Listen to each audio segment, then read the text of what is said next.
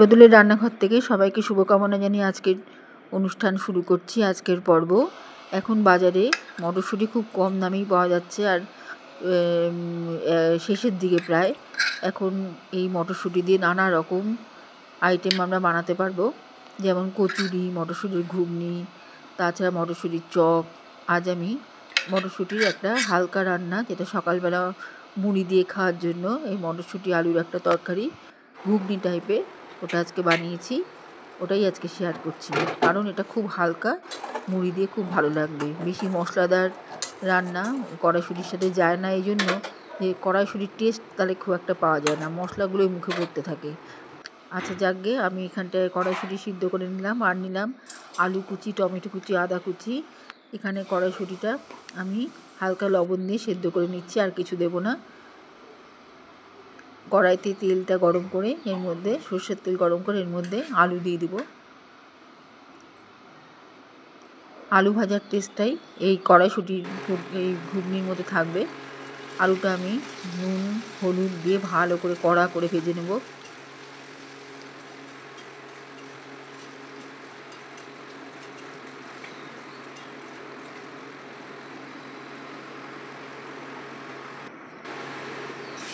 বেশ কিছুটা কাঁচা লঙ্কা, কালো জিরা দিয়ে দিলাম, কেননা যেহেতু খুব হালকা ঘুগনিটা হবে, কাজেই একটু ঝাল না হলে ভালো লাগবে না। মুড়ি দিয়ে খাওয়ার পক্ষে একটা আদর্শ টিফিন, মুড়ির সাথে এটা। আদা কুচি দিয়ে দিলাম, এটা ফ্লেভারের জন্য দিচ্ছি, আর তার সাথে টমেটো দিচ্ছি, এটা স্বাদের জন্য। টমেটোর আমি ভেতরের দানাগুলো সব বের করে নিয়েছি।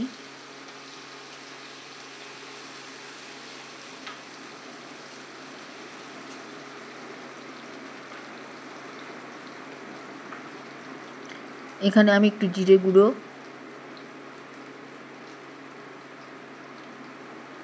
লঙ্কা গুঁড়ো,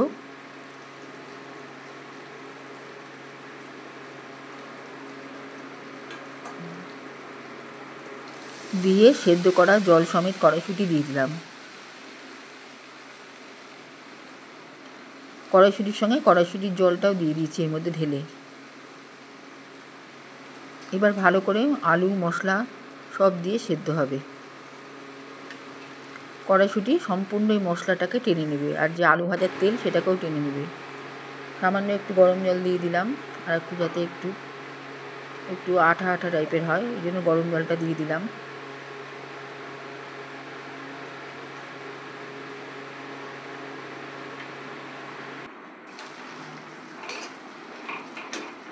সব দিয়ে ভালো করে ফুটছে, সব সেদ্ধ হচ্ছে। মশলার ঝোলের সাথে কড়াইশুঁটি, আলু, টমেটো সব একসাথে মিশছে।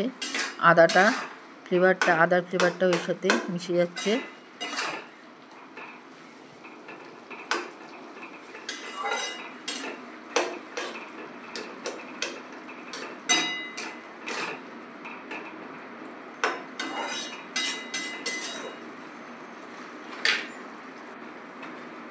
এবারে জিরের গুঁড়ো, লঙ্কার গুঁড়ো, আদা ছেঁচা আর হিং, এটা আমি রেখে দিচ্ছি। এটাও আমি একটু দেব একটু পরে।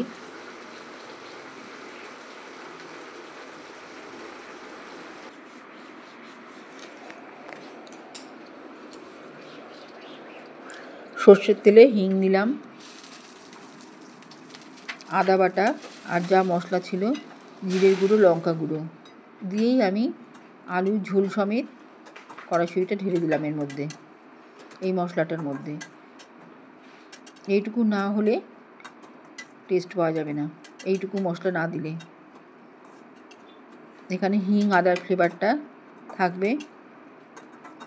এইভাবে মশলা দিয়ে আমি একেবারে কষিয়ে নেব। পুরোটাই যখন টেনে যাবে তখন আমি আর একটু গরম জল দেবো এর মধ্যে, এতে একটা ঝোল ঝোল, ঘন একটা ঝোল ঝোল ভাব হবে, খেতে ভালো লাগবে।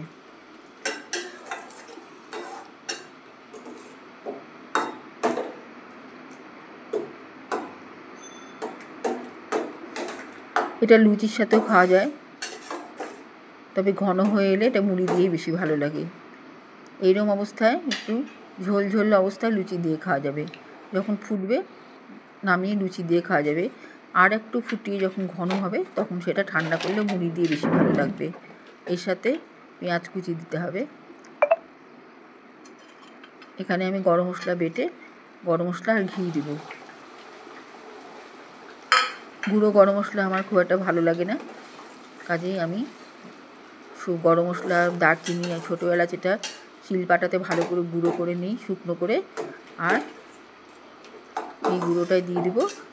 আর তার সাথে দেবো ঘি। ব্যাস এই ঘি গরম মশলার ফ্লেভারেই এই কড়াইশুঁটি আলুর রান্নাটা তৈরি হবে। খেতে বেশ ভালো লাগবে, লুচি দিয়ে মুড়ি দিয়ে সব দিয়েই ভালো লাগবে। আর শুধু তো এমনি তো ভালো লাগবেই, স্যালাডের সঙ্গে খুব ভালো লাগবে। এইভাবেই তৈরি হয়ে গেল একটা নিরামিষ লোভনীয় ঘুগনি। সার্ভ করার সময় এর উপরে গোলমরিচের গুঁড়ো, শসা, যারা পেঁয়াজ খান পেঁয়াজ, আর যারা ডিম খান তারা একটা ডিম সেদ্ধ মাছ বরাবর কেটে এটার সাথে সার্ভ করতে পারবেন, খুব ভালো লাগবে খেতে। যেহেতু আমার এটা নিরামিষ চ্যানেল, কাজে আমি এইভাবে সার্ভ করাটা দেখাতে পারলাম না, তবে এটার সাথে যেটা ভালো লাগে সেটা এই সব জিনিসই ভালো লাগবে। আর নিরামিষ হিসাবে শুধু এটার উপরে একটু আলু সিদ্ধ কুচি দিয়ে আর শসা দিয়ে একটু গোলমরিচের গুঁড়ো দিয়ে খাওয়া যেতে পারে।